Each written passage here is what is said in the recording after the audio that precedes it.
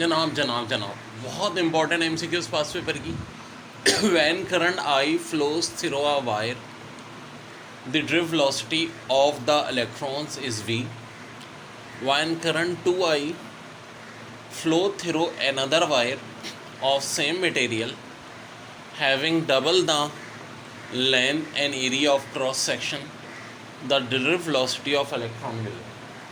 देखो drift velocity होती है एक कंडक्टर के अंदर जब इलेक्ट्रॉन फ्लो हो रहे हो तो उनकी वेलोसिटी कहलाती है ड्रिफ्ट वेलोसिटी, जिसका फार्मूला होता है velocity equal to current divide by n charge density. E से मुराद चार्ज ऑफ इलेक्ट्रॉन, ए से मुराद एरिया ऑफ कंडक्टर। अब डेयर बात क्या हो रही है कि जो वेलोसिटी थी वो शुरू में वी थी, लेकिन फिर हमने क्या किया, एक और कंडक्टर की बात कर रहे हैं जिसमें करंट 2 आई है, यानी कि ये वाली वैल्यू डबल हो गई। ठीक है, ओके जी, समझ में आई बात। और क्या हो रहा है, of the same material having double the length तो इस फार्मूले में है ही नहीं, तो लेंथ से कोई फ़र्क नहीं पड़ेगा।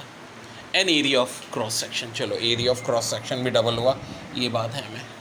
ड्रिफ्ट वेलोसिटी कितनी होगी, तो भाई मैथ्स के रूल कहता है 2 कैंसिल हो जाएगा, यानी कि उतनी ही रहेगी, यानी कि आंसर होगा वे। फिर कह रहे हैं drift velocity of electron in a wire of radius r is proportional to r square r cube. तो according to formula of course none of this, ना r है फार्मूले में, ना r स्क्वायर ना r क्यूब। बहुत प्यारा सवाल है, thermocouple is connected across galvanometer, ठीक है जी, of resistance 30 ohm. One junction is immersed in water at 373 kelvin and other in ice at 273 Kelvin. EMF of thermocouple is 90 microvolt for each 1 Kelvin difference in temperature between injunctions, and thermocouple resistance is 6 ohm. What current will show in galvanometer? देखिए DUHSO, NUST हो, NUMS हो, यही same question उठाए इन्होंने ए level physics की book से, हर जगह आ जाता है। देखो सबसे पहले बात तो इसमें जो हम चेक करेंगे टेम्परेचर डिफरेंस, 373 और 273 का डिफरेंस होता है 100 केल्विन। और थर्मोकपल में ईएमएफ याद रखो हमेशा कैसे मिलता है, जो भी थर्मोकपल का वोल्टेज होता है उसको मल्टीप्लाई करते हैं टेम्परेचर डिफरेंस से। एक्चुअल ईएमएफ इस तरह निकलता है। तो बात हो रही है थर्मोकपल की, तो 100 को मल्टीप्लाई करो 90 माइक्रोवोल्ट से, हो गया 9000 माइक्रोवोल्ट। टोटल रेजिस्टेंस कैसे निकलेगी, देखिए जी, एक रेजिस्टेंस 30 है, एक 6, 30 और 6 को प्लस करते हैं 36 ओम। आई ज़ाहिर है V अपॉन आर, मशहूर जाना फार्मूला। 9000 को 36 से डिवाइड करें 250 माइक्रो एम्पियर, आंसर क्या हो जाएगा 250 माइक्रो एम्पियर। ड्रिफ्ट वेलोसिटी का टॉपिक, कंडक्टर के अंदर से जब इलेक्ट्रॉन गुजरता है, इसके अंदर से, कंडक्टर के अंदर से, तो इन इलेक्ट्रॉन की वेलोसिटी को हम क्या कहते हैं, ड्रिफ्ट वेलोसिटी। क्या कहलाती है, ड्रिफ्ट वेलोसिटी। तो ये बड़ा इंपॉर्टेंट टॉपिक है। ड्रिफ्ट वेलोसिटी का फार्मूला होता है current divide by n. N से मुराद चार्ज डेंसिटी, ए से मुराद एरिया, ई से मुराद चार्ज ऑफ इलेक्ट्रॉन, ठीक है जी। अब देखिए इसमें से जो ये 5 से 12 में बहुत आए सवाल, न्यूमेरिकल में वैल्यू आगे पीछे कर देंगे, बाकी तो ये करंट दिया है 5 एम्पियर, चलिए हमने लिख दिया। चार्ज डेंसिटी कह रहे current of 5 ampere is passing through a metallic wire has cross section area of 4 × 10⁻⁻6 metre square. चलिए जी, एरिया की जगह मैंने लिख दिया 4 × 10⁻⁻6। चार्ज ऑफ इलेक्ट्रॉन तो पता होता है ये सबको यार, 1.6 × 10⁻⁻19 होता है। ओके, एरिया हो गया।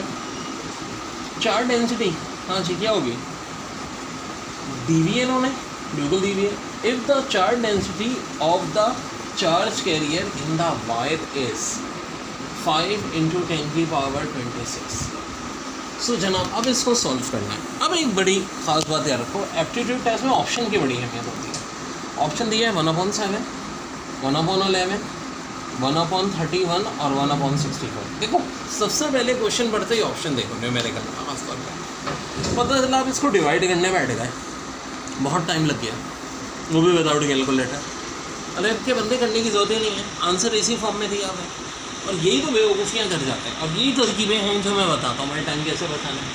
अब देखो कुछ कट रहा है जी, ये 5 कट 10 की पावर 26 है, इसमें से 6 माइनस कर दो, कितनी बचेगी? 10 की पावर 20।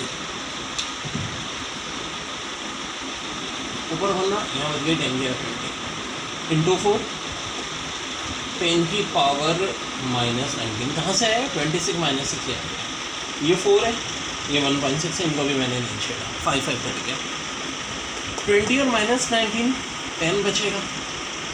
1.6 से मल्टीप्लाई करो 16 को 4 से 64, 1/64। कोई है ऐसा ऑप्शन? बिल्कुल है जी। अब अगर आपने ऑप्शन नहीं देखे होते क्या करते हैं? 1 को 64 से डिवाइड करने बैठ जाते हैं भाई। अल्लाह के बंदो, एप्टीट्यूड टेस्ट हार्ड वर्क से ज़्यादा स्मार्ट वर्क है। How genius you are. ठीक है, thanks a lot.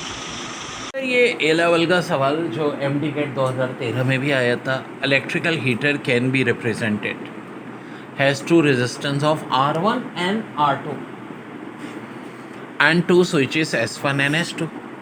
The resistance R2 is greater than R1. ये डायग्राम बड़ी अच्छी हमारे भाई ने बनाई है। अब आगे क्या कह रहे हैं? When switches must be closed so that the heater produce maximum possible power and the minimum non-zero power. तो ऑप्शन इस तरह दिए हैं। मैक्सिमम पॉसिबल पावर के लिए ऑप्शन ए में S1 एंड S2 और मिनिमम नॉन ज़ीरो पावर के लिए S2। फिर ऑप्शन बी में S1 and S2 maximum possible power के लिए और मैक्सिमम नॉन ज़ीरो पावर के लिए S1, minimum non zero power के लिए। फिर मैक्सिमम पॉसिबल पावर के लिए S1 और मिनिमम नॉन ज़ीरो पावर के लिए S2। फिर मैक्सिमम पॉसिबल पावर के लिए S2, minimum non zero power के लिए S1। अब देखो इसकी एक्सप्लेनेशन क्या है। पावर का फार्मूला क्या होता है? V²/I। ठीक है, हम कहते हैं पावर मैक्सिमम कम होती है मिनिमम R के लिए, जब R की वैल्यू क्या हो? कम हो। Which happens for parallel resistors. Power is minimum for maximum resistance which is R2। यहाँ आ रहे हैं। अब देखो, पावर मिनिमम कब होगी? जब रेजिस्टेंस क्या होगी? मैक्सिमम होगी R2। यानी एक बात तो तय है कि जो पावर मिनिमम होगी वो हम किस पे करेंगे? S2 पे। यानी उसके लिए हमें R2 पे होगी तो किसको क्लोज करना पड़ेगा? S2 को। ठीक है, must be close when switches must be close so that heater. तो अगर मिनिमम के लिए S2 और मैक्सिमम के लिए कब हो सकती है? जब दोनों के दोनों, यानी S1 भी है S2 भी। तो करेक्ट आंसर हो जाएगा ऑप्शन। लेकिन बेटा बड़ा अच्छा MCQs है। When current is set up in a wire by connecting. कैसे? By connecting its end respectively to the two terminals of the battery. The electron move along the circuit from negative terminal to the positive terminal of battery. This is called as dash current. तो देखो एक बात सुनो, बड़ा hand concept होता है। Electronic current, rail current, conventional current. बात यहाँ हो रही है when current is set up in a wire by connected is and respectively to terminal of the battery. The electron move along the circuit from the negative terminal to positive terminal of battery. This is called as. तो ये चीज़ कहलाती है भाई electronic current. किसकी proper definition है? Electronic current की। जब negative to positive terminal current. बड़ा अहम टॉपिक है कि करंट के इफेक्ट्स क्या क्या होते हैं। तो एक करंट के होते हैं हीटिंग इफेक्ट। जैसे कि हीटर है, करंट का हीटिंग इफेक्ट है। इलेक्ट्रिक आयरन है, करंट का हीटिंग इफेक्ट है। इलेक्ट्रिक लैम्प हो गए, फ्यूजेस हो गए। देखो ना, हीटर सर्दी में हीटर चाहिए होता है। इलेक्ट्रिक आयरन बोले तो इस्त्री, इलेक्ट्रिक लैम्प, ये सब हीटिंग इफेक्ट हो गए। केमिकल इफेक्ट, बैटरीज, इलेक्ट्रोप्लेटिंग, तो ये MCQs के तौर पे बहुत आता है ये सब। और magnetic effect, meters, fans, relays, electric bells ना, इनकी जबकि इलेक्ट्रिक बेल चलती है, मोटर्स, ट्रांसफार्मर्स, ये सारे क्या हो गए? Magnetic effects. सो बहुत इंपॉर्टेंट टॉपिक है डेयर ये भी। देखिए करंट की डेफिनेशन बेसिकली एक कहलाता है इलेक्ट्रॉनिक करंट या जिसको रेल करंट कहते हैं, और एक कहलाता है कन्वेंशनल करंट। अब ये MCQ में कैसे आता है वो भी बताता हूँ, पहले देख लें। An electric current through conductor is due to drifting of free electron. The electron always drift from lower potential negative terminal of battery to a higher potential opposite to electric field. This current is called electronic current. यानी जब lower potential से higher potential तक पे electron जाते हो तो ये current क्या कहलाता है, रेल करंट या इलेक्ट्रॉनिक करंट। आपको दे देंगे कि भाई लोअर से हायर की तरफ पोटेंशियल की तरफ जा रहा है तो करंट क्या कहलाएगा। Option A electronic current, option B rail current, option C all of them. So answer all of them हो जाएगा। कन्वेंशनल करंट की बात देखें, current which is due to flow of equivalent positive charge from higher, यहाँ positive terminal to a lower negative terminal is called conventional current. Conventional current में जो flow होगा वो हमेशा क्या होगा, पॉजिटिव टर्मिनल से नेगेटिव टर्मिनल तक। सो डियर बहुत बहुत इंपॉर्टेंट चीज़ें, कल इनको अच्छी तरह देख लीजिएगा। Thanks a lot. कुछ बड़े अच्छे मैजिकल फार्मूले देखें। रेजिस्टेंस और करंट से वोल्टेज निकालना हो तो रेजिस्टेंस करंट को मल्टीप्लाई करते हैं, वोल्टेज आ जाएगा। पावर और करंट से वोल्टेज निकालना हो तो पावर को करंट से डिवाइड करते हैं, वोल्टेज आ जाएगा। पावर और रेजिस्टेंस से वोल्टेज निकालना हो तो पावर और रेजिस्टेंस का प्रोडक्ट लेके स्क्वायर रूट ले लें, वोल्टेज आ जाएगा। थ्योरेटिकल एमसीक्यूज भी आ सकती है कि जी वोल्टेज किसके बराबर होता है, आर आई के, option B O P upon I, option C O square root P R. तो जी ऑल ऑफ दैम। और ये न्यूमेरिकल में भी आ सकता है, पी आर दे करके वोल्टेज निकालना है, पी आई दे के वोल्टेज निकालना। ये तीनों फार्मूलों से हमें वोल्टेज निकलता है। अब आए उन तीन फार्मूलों की बात कर लें जिनसे रेजिस्टेंस निकलती है। ये बड़ी ऑसम ट्रिक है बच्चों। रेजिस्टेंस, वोल्टेज, करंट, पावर सब याद हो जाता है एक ही ट्रिक से, एक ही टेबल से। Voltage upon current resistance, voltage square upon power resistance, power upon current square resistance. ठीक है जी। तो बहुत बहुत इम्पोर्टेंट है मामला, याद रखें। ठीक है जी, ये सब रेजिस्टर निकालने के लिए। ओके जी, अगर पावर चाहिए वोल्टेज के स्क्वायर को या तो आर से डिवाइड कर दें, या रेजिस्टेंस को आई स्क्वायर से मल्टीप्लाई कर दें, या वोल्टेज को करंट से मल्टीप्लाई कर दें, हर सूरत में पावर आ जाएगी। ओके, अगर करंट चाहिए पावर रेजिस्टेंस वोल्टेज से तो पावर को रेजिस्टेंस डिवाइड करके स्क्वायर रूट ले लें, करंट आ जाएगा। पावर को वोल्टेज से डिवाइड कर दें, करंट आ जाएगा। वोल्टेज को रेजिस्टेंस से डिवाइड कर दें, करंट आ जाएगा। ऐसी और ट्रिक सीखनी है तो बच्चों हमारी ऑनलाइन क्लासें होती हैं और इस नंबर पे आप कांटेक्ट कर सकते हैं 0321271665 बहुत सारे पास पेपर में सवालात ए लेवल की बुक से उठा के देते हैं, जैसे कि generated produces 100 kilowatt of power at a potential difference of 10 kilowatt. The power is transmitted through cable of total resistance 5 ohm. Power dissipated मालूम करना है। तो देखो पहले तो आई आ जाएगा पावर अपॉन वोल्टेज से। पावर दी हुई है 100 किलोवाट, तो ज़ाहिर है 100 को 10 के 3 से मल्टीप्लाई करेंगे। फिर वोल्टेज भी कितना दिया है 10 किलोवाट, इसको 10 इंटू 10 की पावर 3, 10 की 3 कैंसिल, 100 अपॉन 10 किसके इक्वल आ जाएगा, 10 के इक्वल आ जाएगा बच्चों।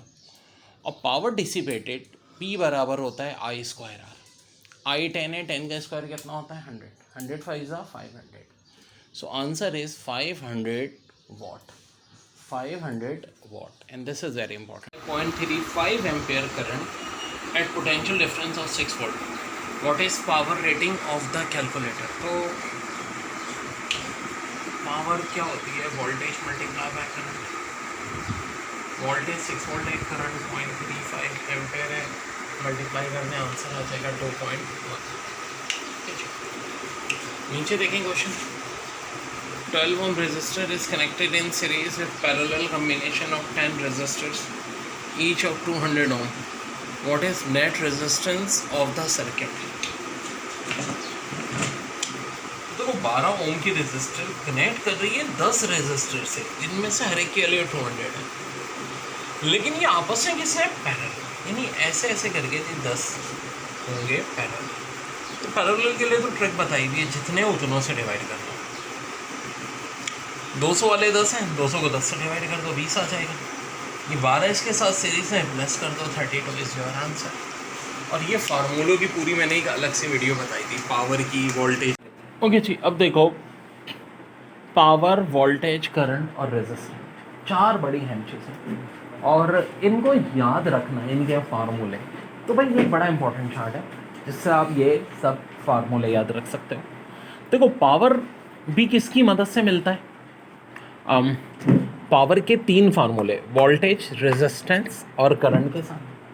करंट के भी 3 फार्मूले हम पढ़ रहे हैं, रेजिस्टेंस के भी 3 और वोल्टेज के भी 3। यानी पावर का एक फार्मूला जिसमें वोल्टेज और रेजिस्टेंस इन्वॉल्व है, एक जिसमें रेजिस्टेंस और करंट इन्वॉल्व है, एक जिसमें वोल्टेज और करंट इन्वॉल्व है। तो अगर पावर चाहिए हो और वोल्टेज रेजिस्टेंस दिया हुआ हो तो फार्मूला होगा वोल्टेज स्क्वायर अपॉन रेजिस्टेंस।